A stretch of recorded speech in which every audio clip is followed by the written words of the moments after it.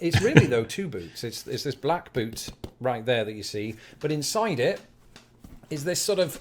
I'm going to pull it out. Look at that. It looks like a wrestling boot. Wait, what? Again, if somebody comes at you, just pretend... That's crazy. I was not aware. This type of technology, this is a tremendous idea. Man, I love America. What's up, my friend? Today I'll be reacting to 5 winter objects I only used after moving to America. But before I go into that, can I ask you for one thing? If you can leave a like on this video, thank you so much for that, my friend. This is the best way to show support. If you can subscribe, oh man, in that case, forget about it. You make my day. Have that in consideration. Now, link for the original video in my description. I love Lawrence. Give him some love. That said, let's play it. In England, I've never known weather that would sort of necessitate this kind of headgear. There's wind, but there's not sort of wind that brings along with it a wind chill of minus... Okay, what is this, by the way? Is about to rob a bank or something? I never used this. Billion. Hello, I'm Lawrence and I'm on a quest to uncover all of the memos that Britain and America lost in the pond, and one of those memos pertains to the weather. Of course, the weather in both countries at this time of year gets a little cold, and we as human beings have to survive. In order to do so, we don't just shut ourselves in our houses and stick the heating on high. I mean, we do that. I mostly... Yeah, that's actually my best strategy for the winter. But there are other ways in which we survive, and that is through the use of winter objects. Growing up in England, I will tell you now, there were certain winter objects with which I was familiar, you know, sledges instead of sleds, toboggans. Did the same thing, pretty much. And just thin woolen gloves and snowballs. They're not an object, that's just snow. I got it, yeah. But after moving to America, I realized there were actually a plethora of different objects I'd never encountered before because I never needed them. And so what we're going to do today is we are going to go down 1 to 5, actually, no, in reverse order, 5 to 1, and look at the very objects about which I'm speaking. Now, before we do get underway here, just a quick disclaimer and a recap. The disclaimer being that some of these objects may well turn up in England. It's just that I didn't have cause to use them back in England, and I don't think that I was an outlier in that regard. Whereas the objects I'm about to talk about are actually quite commonplace here in the United States as opposed to in England. Okay, so that's the disclaimer. And the reminder is, when I first moved to the United States, I moved to the American Midwest. Very specifically, I moved to the middle of Indiana. I've since moved on to Chicago. Of course, in both places and in much of the northern United States, snow and cold weather is absolutely paramount. That's probably not the right word. There's an abundance of it, shall we say. I'm aware. We'll be looking at that as compared to the UK in a future video. But without further ado, let's take a look at 5 winter objects I didn't use until I moved to America. Let's see it. Well, this is an interesting one. So shovels absolutely exist in the United Kingdom. Yeah, that exists. What? It's just that they're usually used for shoveling dirt. And because of the sort of rare event that is snow, you won't usually find somebody purchasing what is referred to as a snow shovel that's sold as a snow shovel. Because there are differences between a snow shovel and a regular shovel. This actually makes sense, never mind. It's usually size, because everything is bigger in America, and snow shovels are no different. And of course, snow itself is no different, at least here in the north. It was in my first winter here, my brother-in-law showed me how to use one. I mean, it's pretty self-explanatory. It does what it says on the tin. By the handle, and that bit is the neck. Yeah, I don't think I need a tutorial for use one, but okay. To do that, and it's a lot of hard labor. Nobody tells you that going in, and my brother-in-law didn't tell me that going in, and I left with cramp in my arm. Actually, it would have been very useful if you'd have told me about the next entry on this list, you brother. So before we go to the next one, actually, let's see the next one. Snow blower. Yeah, I don't know this one either. But I said this a couple of times, but there is no snow in my city. I don't see snow the entire year at all. But I always liked snow quite a lot, and I ended up studying in a city where actually there was a lot of snow. But the thing is, everyone that lives in cities that snows a lot, they tell me, yeah, you like that because you think it's beautiful. But if you live in a city that snows a lot, that's quite annoying, and it's really a problem. So I kind of believe on that. Unfortunately, just like the shovel, I don't have one of those handy to show you because I rent these days. But they are absolutely brilliant. And again, I've only used one once, but it was the absolute coolest machine, literally, because it was filled with snow. But the thing is about it, it's not filled with snow. I mean, it is temporarily, but what you do is you just push it along like this, right through the snow, and it just pushes all of the snow out to the side. Yeah, I never saw that.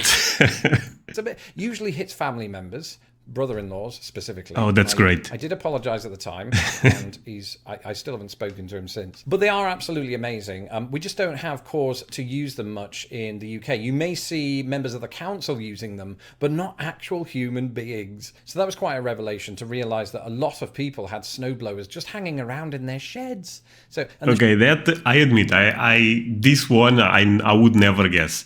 The shovel, the snow shovel, I mean, I assume that you guys have that.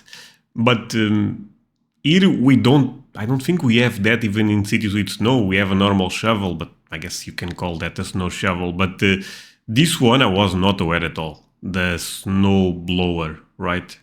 The sheds were covered in snow too, so you had to use the snow shovel just to get into them. To get to the snow blower, it defeated the purpose entirely until you did the garden. Both of these come in handy when you're just trying to get through the snow and to your actual car. We experienced this for about 8 years when we owned a car while living in Indiana, and I will tell you, one of the worst jobs during winter is shoveling the snow away from the vehicle just so you can get out. Sometimes it gets 2 feet deep and, you can't even see your car, much less get in it. And then once you've cleared all that away, you've still got to contend with the ice on the windscreens. Yeah, that's crazy actually, because here in my city, every time me or my wife have to go to work in the winter, and sometimes there is winters this does not happen at all, or happens like 5 times, 10 times. You have some ice on the car, and you have to wait or put some water there. But man, having snow, and apart from that, I imagine is a thick ice. This will be problematic. So yeah, in one way, I'm happy that I don't have snow in my life.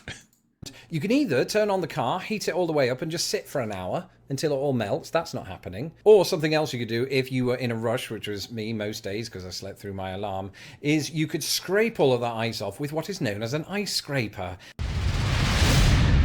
What? Again, I think they have these in the UK, but they're only used really in very, very extreme circumstances. This is something that you will do multiple times every single winter up here in the Midwest of the United States. I know, I did it, and I got a return to that arm cramp that I got from the shovel. It is just one long winter of arm cramp. I will say this, though, there is something quite pleasing about that. If you're wearing the right gloves and it's not too cold out, never do the ice scraping without gloves because you'll regret it 5 minutes after getting into the car. Yeah, I can imagine. If you've got gloves on and you're doing that, it is quite cathartic. So long as you don't break the windscreen. Sometimes it feels like you are doing that because you're scraping. Yeah, that's my first thought, my friends. I would be afraid of forcing that against my car, but I guess it works, so. Off basically ice, which can look and sound like glass. And then once you've scraped off all the ice, right, and there's just bits of powdery ice on the windscreen and bits of snow, the best thing then to do is just open the door and slam it, and you just cause this sort of little avalanche on the car. That could be cool. So long as you don't cause an actual avalanche. If you're living in the mountains, just be careful. Be careful. I mentioned the gloves. It is very important to have good gloves, but equally important while you're wading through all of this snow is our fourth entry. Winter boots. I truly didn't believe how bad it was going to get in the Midwest until I actually saw it with my own eyes. So after doing all of the shoveling, okay, related with this, I was watching a podcast. It is a Portuguese podcast too, so not relevant for you, my friends. But basically, the person ended up going to Chicago, I believe, and actually was a woman, and she was saying that she could not believe how cold it was, because here she actually lives in Lisbon, but she said that, so she knew, okay, I have to go prepared, right? I'm going to put a lot of clothes, but she still said that it was even worse than expected. And she was already expecting something bad. So, man, America in terms of cold is quite different than Portugal. But the thing is, the summers are also crazy, right? You guys tell me, André, if you go to Texas in the summer, good luck with that. So the weather can be a bit extreme. I feel like probably places like, and feel free to correct me in the comments, my friends, but I feel like probably places like Florida, California, they are a bit more tropical type of weather, and you may not have both extremes, right? But if you live in places in the north, close to Canada border, that's probably crazy cold. The snow blowing or the scraping of the ice. I realized that I'd made the mistake of wearing sneakers in the snow the whole time. No. Don't do that. Because there's a number of reasons. Firstly, the snow gets inside your shoe. You don't want that. It's over. And also, it's just cold and wet all round. So you need to be able to keep your feet warm. I think that's almost the most important thing, because those are the things that are going into the actual snow. So to do that, you have to have one of these. Well, not one. You need two. They would be really... Yeah, I don't have those or anything similar. But you go to work with those? Or you just put those while you are trying to survive the snow, and when you arrive at work, you put other shoes? I would go with those. They are not the worst, right? Silly if you only had one.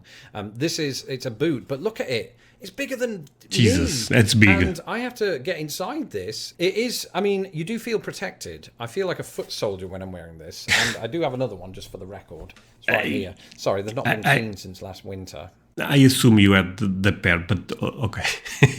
I'll get round to that. Put one of them down. By the way, I love Lawrence. And heavy arm cramp. Again, arm cramp is the thing that happens in winter. But they are absolutely amazing, and they do keep your feet warm. There's absolutely no doubt about that. And if you're ever set upon by an enemy, just kick them between the legs with this, and they'll never. It's over. Again. It's really though two boots. It's this black boot right there that you see, but inside it is this sort of. I'm going to pull it out. Look at that. It looks like a wrestling boot. Wait, what? Again, if somebody comes at you, just pretend. That's crazy. I was not aware. This type of technology, this is a tremendous idea. Man, I love America. You are Ric Flair. Put that down. They're really good. I love them. I've had these 2 years. Absolutely need them in Chicago, especially if you're cycling in Chicago. That's nuts. Who does that in the snow? I did last winter. I'm a brave soul. I wouldn't be quite as brave, though, if I didn't have the final entry on this list. Okay. So this is a face shield. And Yeah, no shit. I cannot use that. Sorry, if I use that, someone calls the police. There is no chance I can use that. Yeah, I know Russians don't take this as a... By the way, I'm not Russian. I have to say it all the time, because there is, you might not believe it, but there is still people thinking I'm Russian. But yeah, this is common in places like Russia and stuff like that. That is really good here in Europe. But yeah, this is weird, honestly. If I see someone specific on my city, this will be extreme weird, because it's not that cold. But even in places that are cold in Portugal, they are probably not that cold comparing with America. So if you go to do ski, yeah, you see people with this, but other than that, no. And, what its important job is that not only does it sort of keep snow off you and things like that. Or let me say this, because sometimes there is a Portuguese guy correcting me in the comments. It's rare, okay? Maybe there is someone using this. The important thing that it does is it keeps the cold wind, the harsh wind of Chicago off you. Yeah, if you use a moto, for example... yeah, you can use this, but other than that, no. It also keeps those people that come at you off you. They'll think you're a Bond baddie and call MI6 or something. I don't know why I'm wearing this. Sorry if it looks terrifying. I'll take it down, because there's no wind in here. I don't really need it. And actually, it's making it very hard to breathe, which isn't good when you're trying to present a video. But this is one of the best acquisitions I ever made as an athlete here in Chicago. I'm not an athlete. I ride to work for recreation. You are an athlete. I wouldn't be seen dead. Not a pro athlete, but a casual athlete. Wearing this there'd be no reason to wear this in England. You don't want to wear one of these while it's raining. That's for sure, because it would just get soaked all around. That's In England, I've bad never idea. known weather that would sort of necessitate this kind of headgear.